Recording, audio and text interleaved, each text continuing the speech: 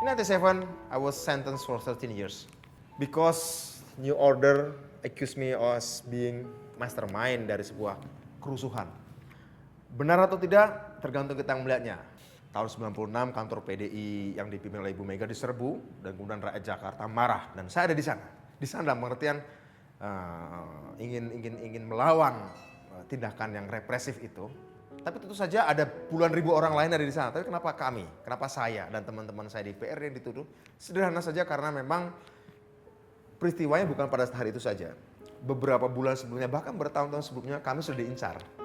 Karena kami sering berdemonstrasi, sering mengkritik pemerintah, macam-macam. Sehingga kemudian ketika ada peristiwa eksplosi seperti itu, ledakan sosial sebesar itu, lantas bisa disangka atau mereka bisa menduga bahwa ini momentum untuk memukul Budiman dan teman-teman di PRD. Jadi ya tergantung tafsirnya. Apakah saya salah, kami salah atau tidak. Tapi yang jelas kami ada di sana. Ya.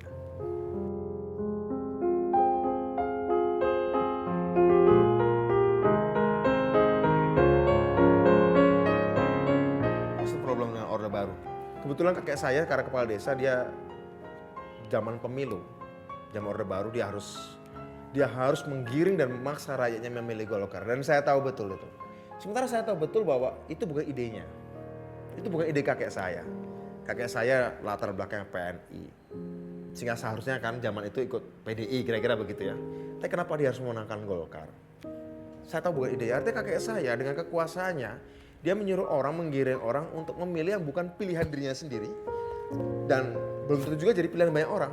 Satu, bagi saya itu ada sesuatu yang unfair.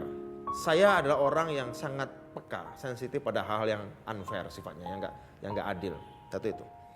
Kedua, kok rasa teman saya bermain nggak bisa sekolah hanya karena orang tua mereka nggak punya duit. Saya bilang, loh kalau pemerintah ingin didukung terus, kenapa mereka nggak mau dukung, nolong anak-anak ini supaya bisa sekolah? Dan itu nggak dilakukan juga. Itu SD.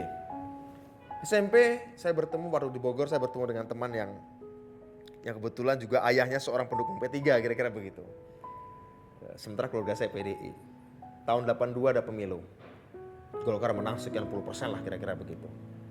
Kita mikir, kok bisa kalah ya? Padahal waktu kampanye kemarin lumayan banyak. Saya tahu ada beberapa orang yang ikut kampanye PD atau P3 dilarang oleh lurahnya, bahkan dilarang oleh gurunya.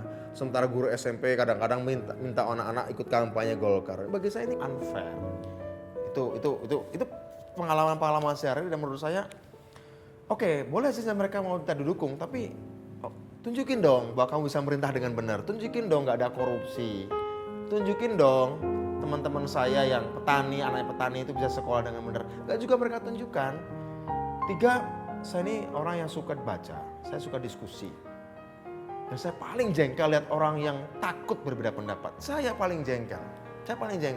Kerjaan saya, waktu SD, sejak SD bahkan saya suka ngelawan guru dalam tanda kutip kalau saya melihat ada sesuatu yang salah menurut saya. Kok Golkar menangkan terus kira-kira begitu? Saya sebagai orang yang suka ikut kampanye PDI dan teman saya suka ikut kampanye P3 jengkel. Nah suatu saat teman saya orang P3 ini di SMP waktu di Bogor ya, namanya Andri. Put, aku dapat sebuah tulisan, dia bilang. Apa itu? Ya, tulisan bahwa pemilu ini memang curang. Bahwa segala sesuatu direkayasa, apapun ceritanya pasti Golkar menang dan Soeharto jadi presiden lagi, kira-kira begitu. Coba aku baca dong tulisannya. Pada waktu itu aku pertama kali kemudian mendapat sebuah dokumen politik, kira-kira gitu. Kelas 1 SMP. Sejak saat itu, saya langsung mikir, harus diganti nih pemerintah nih kelihatannya nih. Kira-kira begitulah. Harus diganti nih. Terus bagian cara apa? Pemilu nggak mungkin kan? Karena pemilu katanya untuk ganti pemerintahan, ganti DPR segala macam. Nggak mungkin ganti dengan pemilu. Pada waktu saya nonton di dalam berita, ada seorang tokoh. Ada kejadian di negeri tetangga kita Filipina. Yaitu seorang tokoh lawannya Ferdinand Marcos namanya Aquino. Pulang dari pengasingan dan ditembak. Kira-kira begitu. Tanggal 21 Agustus tahun 83. Demonstrasi terus setiap hari. Puluhan ribu, ratusan ribu. Saya lihat di TV, karena saya pikir, kalau tangga kita aja bisa, masa Indonesia nggak bisa sih, kira-kira begitu. Ya saat itu saya sudah mulai muncul pikiran-pikiran agak subversif gitu ya. Semenjak saat itu saya semakin rajin baca buku, saya semakin rajin beli buku. Kalau saya pulang liburan ke Bogor, karena toko buku banyak di Bogor, saya beli buku. Di Jakarta saya beli buku. Saya ingin tahu apa yang sebenarnya harus saya lakukan. Saya ingin tahu apa yang harus saya lakukan. Saya ingin tahu apa yang harus teman-teman saya lakukan. Tentu saja tidak banyak yang bisa saya kumpulkan, hanya 2-3 orang sahabat saya dari masa kecil dulu saya SD yang bisa saya kumpulkan, saya ajak bicara. Dan mereka menarik sekali bahwa mereka cukup responsif. Anak-anak desa nih cukup responsif, mereka membaca dan mereka senang, dan bacaan-bacaan saya share dengan mereka. Mereka senang. Mereka senang banget gitu. Bahkan ada teman saya, kebetulan kakaknya dia kuliah di UGM yang suka bawa selebaran atau apapun dari kampus kalau pulang ke Majenang, dan dia suka tunjukin juga buku-bukunya. Dan oke.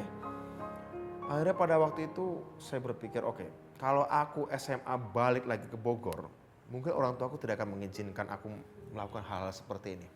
Sehingga kemudian saya SMA ke Jogja, sederhana aja, cita-cita saya ingin ketemu mahasiswa-mahasiswa. Saya ke Jogja SMA hanya untuk ketemu mahasiswa. Mimpi saya pada waktu itu ya, saya harus bisa mengubah negara ini. Saya harus bisa mengubah negara ini jadi lebih baik. Dan jika itu meminta pengorbanan dari diri saya, di penjara barangkali itu adalah sesuatu yang masih bisa saya tanggung. Kira-kira begitulah. Tapi tentu saya tidak sampai serius, saya mencoba aja dulu deh. Jangan terlalu berpikir resikonya, saya harus mencoba saja dulu. Saya ingin mengoptimalisasi, memaksimalkan apa yang ditawarkan oleh dunia untuk saya. Saya ingin memaksimalkan apa yang ditawarkan oleh teman-teman saya. Kalau teman-teman saya sudah terlalu sedikit, terlalu kecil apa yang mereka punya, saya harus memperluas jejaring teman-teman saya. SMP juga ada satu hal yang, karena saya sudah begitu sangat ingin melakukan perubahan di negeri ini. SMP saya mendatangi seorang tokoh politik tua di kampung saya, namanya Pak Barjo. Dia dulu tokoh PNI, pendukung Soekarno, yang pada zaman Orde Baru hidupnya dipersulit lah kira-kira gitu. Kelas 3 SMP saya suka main ke rumahnya, hanya untuk mendengarkan wasiat dan wejangan-wejangannya. Bagaimana kalau harus berjuang, kira-kira seperti itu.